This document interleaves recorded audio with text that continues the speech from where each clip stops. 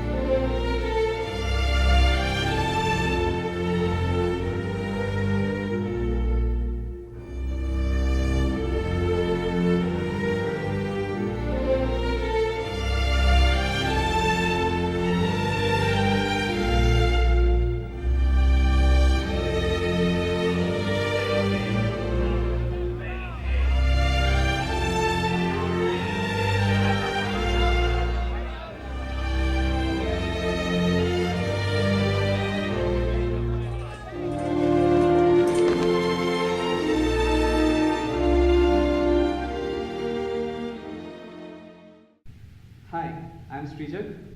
Hi, I'm Shudipta Pradhan. Hi, I'm Revan. Hi, I'm Giacomo. Hi, I am Akshar Vashish. We are the students of Department of Management Studies at Indian Institute of Science. Today we are going to review one of the possibly greatest movies of all time. The Shawshank Redemption.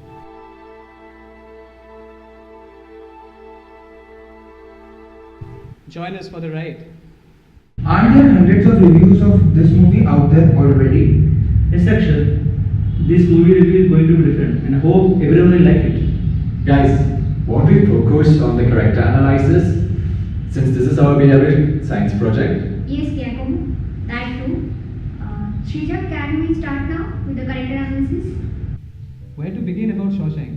When we thought of reviewing this movie, I was like, Hell, I wouldn't even know where to begin. in this movie, there are many minor characters that are crucial to the narrative. But the main three pillars of the movie are the Warden Norton, Ellis Red Redding, and our calm and quiet crusader, Andy Dufresne. The biggest miracle is Shawshank didn't win an Oscar. Lord, it's a miracle! Yes, that was mainly because of Forrest Gump. And that was also because of Pulp Fiction. But guys, we are diverting too much from the topic now. Can we just focus on character analysis? Yes, Shudipta. Let's start with the self-concept and the personality traits. Yeah, sure thing. I find Andy to be a fascinating character. Sure, at the beginning, he's a little dejected at his fortune, though he doesn't show it. But soon, he turns himself to a very important man in the prison. He knows exactly what he's doing, right till the very end, to the moment he escapes. He knows what he likes, from carving little rocks to listening to and making his fellow inmates listen to Mozart. He rarely talks about himself and his character, though, apart from that one moment where he regrets how his nature drew his wife away from him. Well, now let me see. You know, I don't have any idea what that means. Ray's opinion about him changes over time, though Andy was always the same mentally strong person. Not as much icy and remorseless as icy cool. We can also see there was no gap or mismatch between his words and actions. He was a man of his word. Andy's belief in himself was crucial to his sanity, and it came from his innocence. Any other person would have easily given up due to the horrors he faced in the first 2 years of his jail term. I like Red a lot. He's the narrator of the story, and his transformation is shown splendidly through the 3 parole interviews. He knows what he is and what he is perceived to be. A man who likes being with people and networking in order to create a niche role for himself inside the jail, of being the man who can get things. I understand you're a man that knows how to get things. He also understands the harsh realities. And the really harsh realities. But I'm telling you, these walls are funny. I really hate the warden though. His hypocrisy is so apparent. He prides himself on quoting the Bible but commits so many crimes at the same time. There is such a mismatch between his words and actions. He uses religion as an excuse and appears righteous, but he's the worst criminal of them all. So relevant. A lot of people like that in the world today. Let's not digress. What are the personality traits in short? Well, starting with Andy, we can say he was Gotta land on somebody.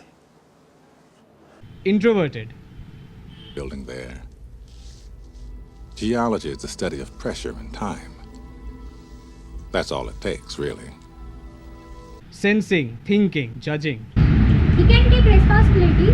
He can make life of other prisoners better. What about Red? Well, we can say he is Extroverted. And he's also sensing and can understand others. That time in the hole changed old Andy. I'm getting out of here tonight, Red.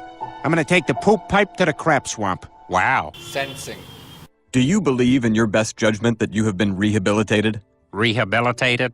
It's just a stupid made-up word. So boys like you can sit behind a desk, wear a fancy suit, and feel important. You're a jerk. And I swear to God, you let me out of here, first thing I'm gonna do is kill again.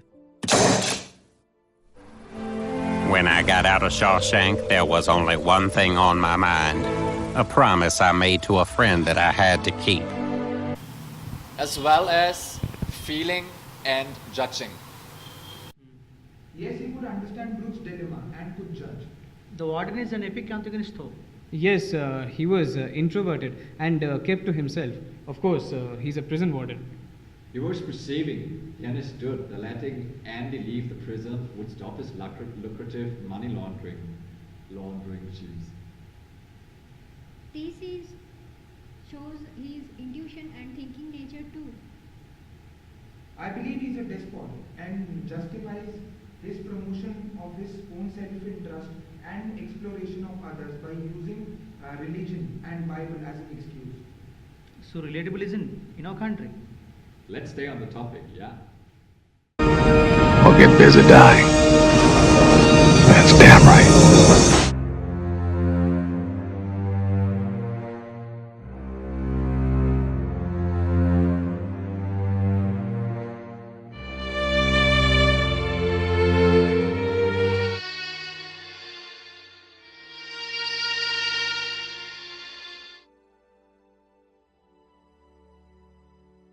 Strategies used by our mind to deal with reality and shield ourselves from anxiety or emotional impulses are called defense mechanisms.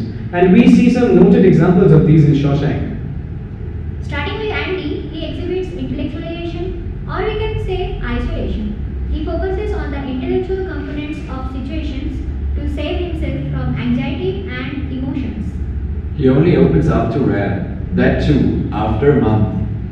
And he seldom talks about why he was in prison, always joking about it like the others. He also exhibits circulation, the refocusing our energy from negative to more positive outlets. Yes, he plays chess with his own handmade chessboard and pieces. Studies books on geology. Builds a library. Fights tax returns for the guards and the warden. The guards from other prisons too. Tutors to make people pass exams. He did more meaningful work in jail than some of us would do in real life. Andy for president. The warden exhibits denial, a very common form of a defense mechanism, where one refuses to accept the unpleasant aspects of an external reality. Yeah, he thinks of himself as a God-fearing, honest person. But there are only two things he actually believes in. Corruption and violence. Red exhibits repression, the process of pulling painful thoughts into the subconscious. Yes, the painful reality that he is a confined prisoner, that there is a whole world outside. The prospect of a life outside jail is not present in his conscious mind. The jail becomes his world. This is exactly why he instructs Andy not to go and says it is a dangerous thing. He doesn't want to think of getting free, as it brings a sense of anxiety within him. He also exhibits reaction formation. He converts the negative impulses into their polar opposites. Yes, he is a very friendly and jovial person and appears to be hopeful and positive. But inside, he is pessimistic and devoid of all hope. What can we say about the various social stages? Well, from the table we can say that Andy, being an early adult, When he comes to Shawshank shows an apparent isolation, but he actually has a strong commitment to others, and it starts to show in a few years. Well, as time progressed, as another adult in jail, he manages to get a sense of satisfaction with his work. The warden is very self-centered throughout the whole movie. And Red, as an adolescent, was an aimless, confused person when he came to prison 40 years back. I guess we are done with the analysis then. Yes, but I still have a question. Why is Morgan Freeman's character called Red? That makes no sense. Irish people have red hair. Ooh, okay. But Morgan Freeman is